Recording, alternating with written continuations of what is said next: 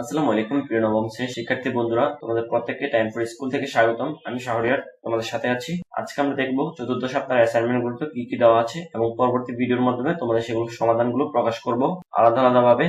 আর সেজন্য আমার চ্যানেলটি সাবস্ক্রাইব করে এবং পাশে থাকা বেল বাটনটিতে ক্লিক করে রাখতে হবে। আর আমাদের ফেসবুক গ্রুপ আছে টাইম ফর স্কুল, সেটাতে জয়েন করতে পারো যাতে করে সব আপডেট তোমার কাছে সবার আগে পৌঁছে যায়। চলো আজকের অ্যাসাইনমেন্টে কি কি দেওয়া আছে। সর্বপ্রথম ইংলিশ সাবজেক্টের উপর unit 5 lesson 1 the grid of the mighty river, unit 5 lesson 3 man and climate. তারপর হচ্ছে এর উপর যে এইচডব্লিউ টা আছে সেকশন ডি, এটা সেকশন ডি। টিচার কিভাবে তোমাদের খাতাগুলো দেখবে এবং তোমরা কিভাবে অ্যান্সার গুলো লিখবে সেটার criteria. Teacher will check vocabulary, grammar and spelling. তার পরবর্তীতে গণিত অধ্যায় 6 রেখা, কোণ ও ত্রিভুজ, অধ্যায় 3 বীজগাণিতিক রাশি, অধ্যায় 17 পরিসংখ্যান। সৃজনশীল প্রশ্ন 0-1 পি কিউ আর একটি সমবাহু ত্রিভুজ এবং পি এস কিউ আর এর উপর লম্ব।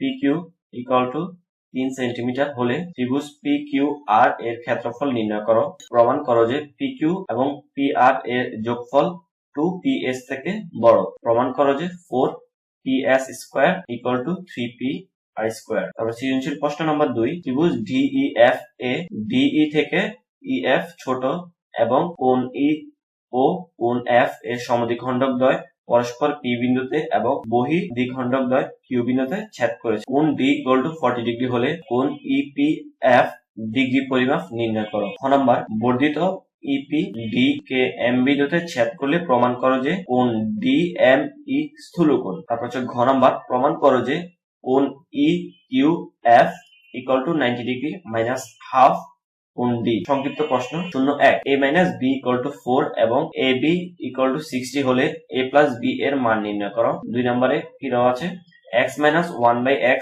ইকুয়াল টু 5 হলে x cube plus 1/x cube এর মান নির্ণয় করো। 3 নম্বরে কি দেওয়া আছে a cube minus 21a minus 20 কে উৎপাদকে বিশ্লেষণ করো। 4 নম্বরে x টাকার x% সরল মুনাফা 4 বছরের মুনাফা x টাকা হলে x এর মান কত।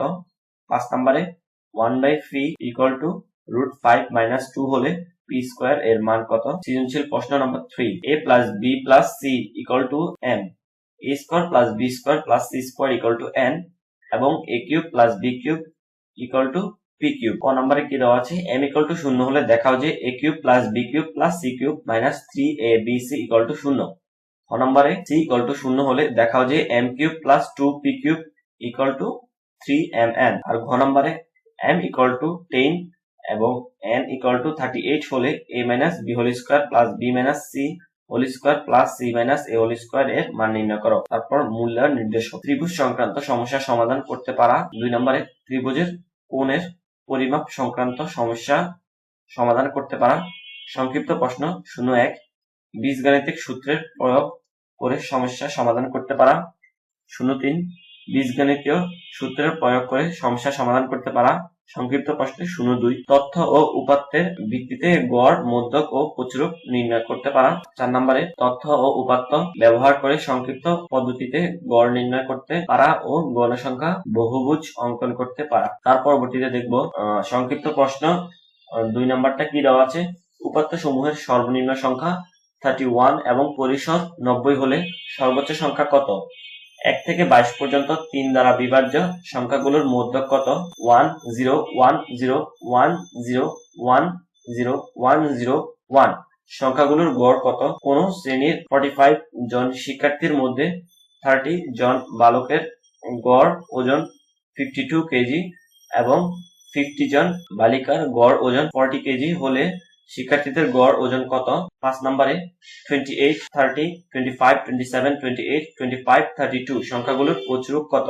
সৃজনশীল প্রশ্ন নম্বর 4 কয়েকজন শিক্ষার্থীর গণিত বিষয়ের প্রাপ্ত নম্বরের নিবেশন সারণী দেওয়া হলো। প্রাপ্ত নম্বর আর তার নিচে সংখ্যা একটা বক্স আছে এখানে। 51 থেকে 60 তার সংখ্যা হচ্ছে 8, আর 61 থেকে 70 তার সংখ্যা 10, 71 থেকে 80 তার সংখ্যা 50, 81 থেকে 90 তার সংখ্যা 12 মানে 12, 91 থেকে 100 তার সংখ্যা হচ্ছে 5টি। উল্লিখিত সারণী থেকে নিচের প্রশ্নগুলোর উত্তর দাও। ক নম্বরে চলকের পরিচয় সহ মধ্যক নির্ণয়ের সূত্র লিখো। সারণী থেকে সংক্ষিপ্ত পদ্ধতিতে গড় নির্ণয় করো। প্রদত্ত উপাত্ত থেকে গণসংখ্যা বহুভুজ অঙ্কন করো। এই ছিল নবম শ্রেণীর সায়েন্স, আর্টস, কমার্স মানে সবার জন্য যে অ্যাসাইনমেন্ট গুলো। আর পরবর্তী ভিডিওতে আসছে শুধু সায়েন্সের কি কি দিয়েছে আলাদা, আর কমার্সের কি কি দিয়েছে এবং আর্টস এর কি কি দিয়েছে। ধন্যবাদ সবাইকে। আর চ্যানেলটি সাবস্ক্রাইব করবে এবং আমাদের ফেসবুক গ্রুপ টাইম ফর স্কুলে জয়েন করবে, যাতে করে সব আপডেট তোমার কাছে যায়। আর এগুলোর সমাধান কিন্তু সামনেই আসছে সামনের ভিডিওতে, আর সেজন্য তোমার চ্যানেলটি সাবস্ক্রাইব করে পাশে থাকা বেল বাটনে ক্লিক করতে হবে। Thanks for watching.